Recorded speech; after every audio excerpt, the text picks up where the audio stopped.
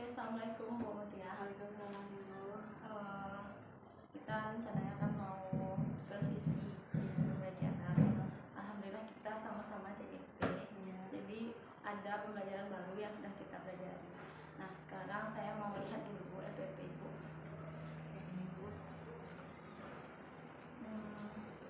Di sini dalam FWP Bu rencananya melaksanakan diferensiasi dan sosial emosional Ibu ya. Saya melihat di pembukaan itu ada poin sosial emosional. Kira-kira seperti apa akan Ibu laksanakan di kelas? Rencananya nanti di pembukaan pembelajaran itu saya akan pertama menanyakan dulu kesiapan anak-anak semua, terus saya baik secara fisik maupun mental, apakah mereka sudah nyaman di kelas, sehat atau tidak, rasa mereka seperti apa. Mungkin diawali dengan itu. Nah, terus untuk diferensiasinya Ibu kira-kira di mana? Saya merencanakan membuat konten yang berbeda untuk anak-anak. Konten penyajian materi. Iya. Ya. Kemudian pengetahuannya, ternyata diferensiasi itu nggak cuma di situ. Kita juga bisa mengelompokkan siswa berdasarkan kemampuan dasar. Mungkin bisa kita selipkan nanti di kegiatan apresiasi ya. Kemudian di sini saya lihat profil pelajar Pancasila yang sudah dituliskan apa ya? Ini Bu bekerja sama gotong royong Bu, jadi mereka nanti bersama-sama mengerjakan tugas. Berarti ini nantinya tugas kelompok. Iya Bu. Akan ada tugas kelompok berarti ya? Iya. Oke, gitu aja lah persiapan kita observasi kita kali ini ya. Besok nanti ketika di praktek pembelajaran saya akan lihat kembali bagaimana Ibu menerapkan apa yang sudah ditulis di FWP ke proses pembelajaran. Ya, terima kasih Bu.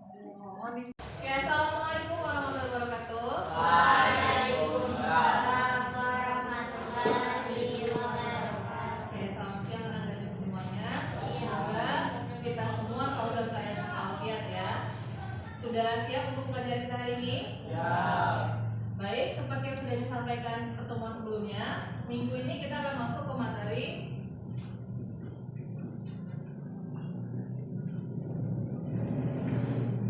sistem regulasi. Jadi karena minggu sebelumnya kita sudah selesai sistem ekspresi, kita sekarang masuk ke sistem regulasi atau pengaturan fungsi tubuh yang melibatkan 3 sistem.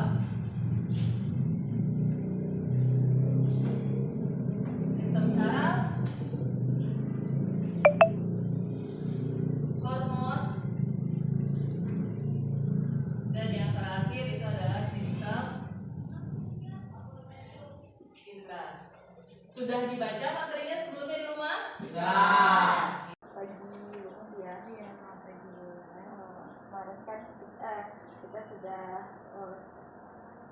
Kemarin kan kita sudah praktek supervisi. Saya sudah melihat Ibu di dalam kelas gimana cara ngajarnya. Kemudian saya juga sudah melihat SPM yang Ibu buat. Kemudian sekarang saya ingin berkonsultasi, coba menanyakan kepada Bu Mutia kira-kira selama pembelajaran kemarin ada nggak yang dirasakan yang belum sesuai gitu sama pembelajaran yang kita masuk? Antara FWP dengan pembelajaran yang sudah kita laksanakan. Ada beberapa hal yang belum terlihat dengan baik ya, yang tertera di FWP, tapi pada pelaksanaannya mungkin belum kelihatan. Mungkin itu karena saya masih belum terampil juga dalam melaksanakan pembelajaran yang ini ya Bu ya. Jadi nanti seiring dengan berjalannya waktu, seiring dengan saya sering melakukan praktik ini, semoga nanti ya kekurangan yang masih belum terlihat tadi bisa Oh ya, kemarin saya melihat dalam pelaksanaan pembelajarannya Ibu sudah berusaha untuk menerapkan teknik diferensiasi, tapi mengelompokkan siswanya berdasarkan ada siswa yang kinestetik, yang verbal, gitu kan. Jadi menurut Ibu kalau seperti itu artinya kita harus mempersiapkan materi yang berbeda untuk anak-anak. Kalau menurut saya Materinya mungkin tidak berbeda, tapi cara mereka memperoleh atau mengaksesnya mungkin yang berbeda. Dengan materi yang sama, tapi mungkin ada siswa yang lebih suka mendengarkan, mungkin saya bisa kasih dalam bentuk audio. Kalau anak-anak yang suka berkinestetik, mungkin nanti boleh saya tempelkan ke dinding misalnya, atau pindah-pindah meja. Sementara kalau anak-anak yang lebih suka visual, mungkin bisa dengan nonton video atau untuk kan kemarin sudah ada dicobakan, tapi mungkin belum sempurna.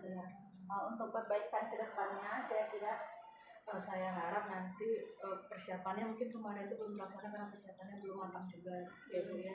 Jadi diharapkan nanti dengan persiapan yang lebih matang, kemudian lebih mengenali lagi siswa ini lebih berminatnya ke yang mana, nanti bisa melaksanakan pembelajaran ini dengan lebih baik.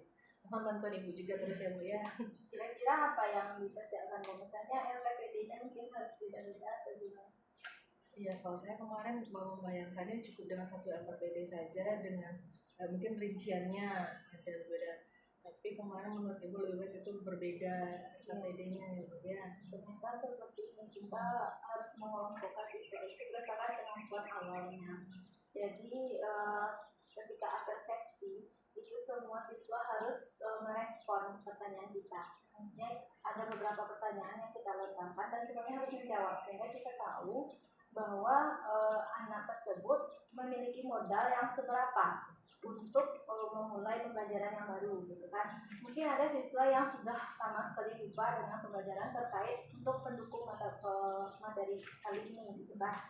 Mungkin ada yang sama-sama, kemudian ada yang sudah mantap untuk mata pelajaran pendukungnya atau materi pendukungnya gitu kan. Jadi kita harus membedakan level siswanya. Mungkin ini yang paham, ini yang hasil persepsinya sangat paham, mungkin nilainya 90 sampai 100. Kemudian ada yang standar di bawah, di tengah-tengah. Kemudian ada yang sama sekali tidak ada pengetahuan untuk materi awal yang mendukung pembelajaran berikutnya gitu. Jadi nanti mungkin dalam pelaksanaan berikutnya di proses pembelajaran Bu bisa mengelompokkan anaknya berdasarkan level itu. Kemudian untuk tugasnya juga dipisah, mungkin levelnya berbeda, materinya tetap sama tapi levelnya berbeda. Misalnya yang tadinya kurang paham itu tugasnya tidak terlalu setinggi yang paham persepsinya bagus gitu mungkin. Kemudian penilaiannya juga mungkin bisa diberikan rentang. Mungkin yang di level rendah tadi kita berikan level tugas yang rendah juga, termasuk nilainya juga rendah, nggak setinggi yang di pemahaman tinggi gitu. Kalau misalnya kita berikan tugasnya 3, tapi untuk yang bisa mengerjakan 1 itu kita beri rentang mungkin KKM dari 70 sampai 80 gitu. Kemudian yang bisa mengerjakan 2 tugas maka nilainya rentangnya 80 sampai 90. Nah, dan kalau dia berhasil menyelesaikan 3, berarti nilainya kita harus 90 sampai 100. Jadi tidak ada perbedaan pilih kasih terhadap siswa yang ada di dalam kelas. Kira-kira sudah tergambar sedikit untuk perubahannya di pembelajaran itu. Kurang lebih terbayang gitu ya. Berarti nanti siswanya juga tahu kan ya kalau mereka bisanya cuma 1, sekiranya iya, disosialisasikan saja, dikasih tahu kan. Mudah-mudahan kita sama-sama belajar ya Bu. Kita sama-sama belajar, mudah-mudahan bisa memberikan yang lebih baik lagi untuk anak.